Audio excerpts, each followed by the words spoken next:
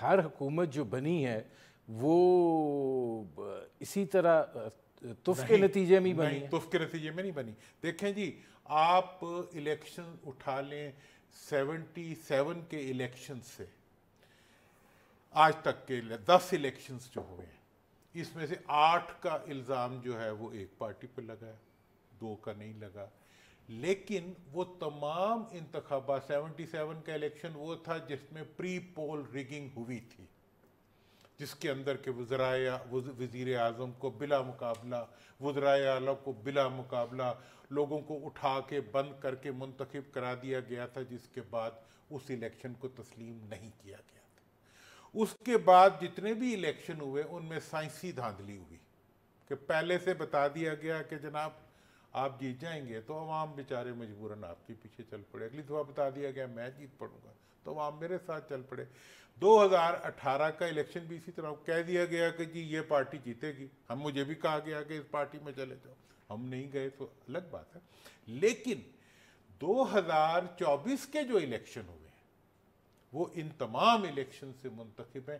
عوام کو کہا گیا, عوام کو دھمکایا گیا, عوام کو ڈرایا گیا, عوام کو دبایا گیا, اس کے باوجود انہوں نے کہا کہ انتخابی نشان نہ بھی ہو ایک پھر بھی ہم رولا کوسٹر کو بھی ڈھونڈ کے ووٹ دیں گے. انہوں نے دیا. مجھے ایک بریک لینا پڑ رہا ہے.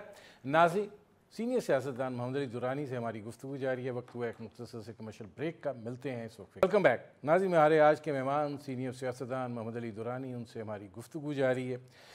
دیکھیے درانی صاحب, اب گزارش یہ ہے کہ انتخابات تو ہو گئے, ایک نتیجہ بھی آ گیا. اب انتخابات کا سارا ملبہ جو ہے وہ ایک ادارے پر گرایا گیا, پھر اس ادارے کے خلاف ایک نفرت کریٹ کی گئی, پھر 9 مئی ہو گیا, اور اب بھی اس کے اندر کوئی کمی جو ہے وہ نہیں آ رہی ہے.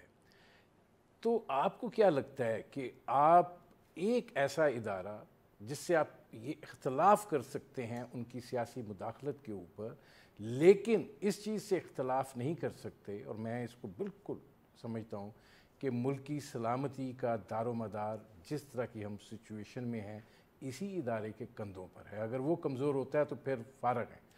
تو آپ کیا کر رہے ہیں؟ کیا نفرت کی بنیاد پہ آپ عمارت کھڑی کر لیں گے؟ میں آپ کے اس تھیسس سے ڈس ایگری کرتا ہوں. الیکشن کے اندر جتنی دھاندلی ہوئی ہے اس کی 3 ادارے اس کے ذمہ دار ہیں. سب سے پہلے الیکشن کمیشن اس کا ذمہ دار ہے. یہ میری ذمہ داری نہیں تھی کہ میں فارم 45 کے مطابق رزلٹ اناؤنس کرتا, الیکشن کمیشن کی ذمہ داری تھی. دوسری ذمہ داری پھر الیکشن کمیشن پہ ہی آتی ہے کہ یہ میری ذمہ داری نہیں تھی کہ عوام کو انتخابی نشان سے محروم. حقیقت یہ ہوتی ہے کہ جب الیکشن کا اعلان ہو جاتا ہے اس کے بعد حکومت for all practical purposes election commission کی ہوتی ہے. یا فیئر الیکشن کراؤ یا استعفیٰ دے کے نکل جاؤ. یہ نہیں ہے کہ جی میں بیٹھا بھی ہوا ہوں, جی میں رزلٹ بھی اناؤنس کر رہا ہوں, میں دستخط بھی کر رہا ہوں, اور میں یہ بھی نہیں مان رہا کہ میں وہ جی انکل نے کہا تھا تو میں نے کر دیا. نہیں, انکل نہیں بیٹا, تم ہی اس کے ذمہ دار ہو اور تمہیں ہی اس کا جواب دینا پڑے گا. دوسری اس کی ذمہ دار جو ہے آپ کے انتظامی ادارے ہیں ملک کے, جنہوں نے پولیس سے لے کے انتظامیہ سے لے کے ان تمام نے اس ڈسٹارشن میں اپنا کردار ادا کیا. اور تیسرا اس کا ذمہ دار جو ہے آپ کی بری حکومتیں, جنہوں نے اس پورے پروسیس کو ٹرانسپیرنٹ بنانے کے بجائے وہ اس ڈسٹارشن کا حصہ بنے. اب جناب جب آپ یہ سب کچھ کر لیتے ہیں, پھر میں پولیس میں اگر رہا ہوں, آپ اگر پولیس والوں کو جانتے ہو, پولیس کس کو پکڑتی ہے جا کے؟ جو بینیفیشری ہوتا ہے. اس سارے پروسیس کا جو بینیفیشری ہے وہی اس کا مجرم ہے. اب یہ جو سلسلہ ہے اس کا اب آگے بانی پی ٹی آئی, جو پہلے تو پی ٹی آئی کا موقف تھا کہ جناب ہم اپنا مینڈیٹ جو ہے وہ حاصل کریں گے, مخصوص نشستیں لیں گے, پھر ہم حکومت میں آ جائیں گے, ٹریبیونل سے سیٹیں مل جائیں گی. اب یکلخت آج بانی پی ٹی آئی کی طرف سے عمر ایوب صاحب جو ان کے سیکرٹری جنرل ہیں, اور ظاہر ہے لیڈر آف دی اپوزیشن بھی ہیں, وہ آج ان سے ملاقات کے بعد کہہ رہے تھے کہ بانی پی ٹی آئی کا پیغام ہے جنرل الیکشنز کی تیاری کریں. آپ کو لگتا ہے؟ دیکھیں جی، مجھے جو چیز نظر آ رہی ہے وہ تو میں صاف صاف کہتا ہوں،